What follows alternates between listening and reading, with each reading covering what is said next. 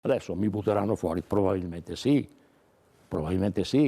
però è giusto anche dire le cose come stanno. Io ho lavorato per la Lega e sono in questo partito da 41 anni, mi butteranno fuori certamente dalla Lega Salvini, ma io rimarrò nella Liga Veneta, Lega Nord, di cui sono iscritto dal 1982. Lo rimarca Gianantonio Darè nel salotto di Focus, ospite del direttore Luigi Bacialli, consapevole l'europarlamentare ed ex segretario regionale di avere già un piede fuori dal carroccio.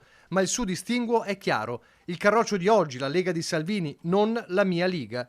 Giochiamo di fantapolitica, e se alla fine una secessione arrivasse, ma non della Padania, e se nel caso di un'espulsione Darè riuscisse a raccogliere un gruppo consistente di lighisti duri e puri, scontenti del Partito Nazionale Salviniano schiacciato a destra, e costruisse un movimento veneto che torna alle radici, sul modello del Comitato per il Nord voluto da Bossi.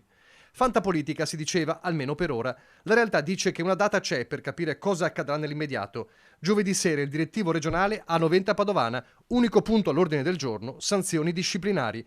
Darè non fa una piega e racconta che quel cretino all'indirizzo del leader è arrivato dopo la goccia che secondo lui ha fatto traboccare il vaso: la visita di Salvini al padre della compagna, Denis Verdini, in carcere.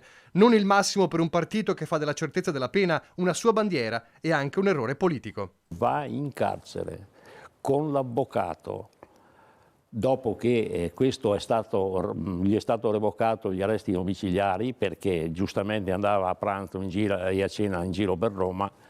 È chiaro che non fa una grande figura come segretario del partito e sicuramente non fa una grande figura come Ministro della Repubblica. Questa vicenda non può essere di buon auspicio in virtù delle europee, di una competizione così importante. Questo è un errore strategico, politico, e la mia è stata una dichiarazione politica forte, sicuro, ma necessaria. La goccia dunque di un vaso già colmo, dai principi della Lega salviniana all'accusa di un mancato ascolto del territorio, già in tempi non sospetti. Voglio ricordare che in 3 anni e mezzo di segreteria regionale non ho ricevuto una telefonata da Matteo Salvini. Allora, questo è indicativo. In mano agli attuali vertici la partita di Darè è delicatissima. Nel carroccio in queste ore sembrerebbe prevalere il male minore: la cacciata subito, con probabili settimane di polemiche infuocate ma destinate a scemare mediaticamente giusto in tempo per le europee,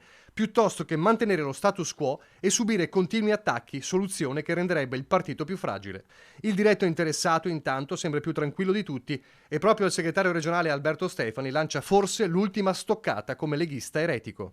Lui si era appena laureato e io l'ho mandato a Roma a fare il parlamentare e io sono rimasto a fare il segretario regionale sul territorio, perché chi sceglie non deve scegliersi. Questo è un mio principio che non vale più in questa Lega.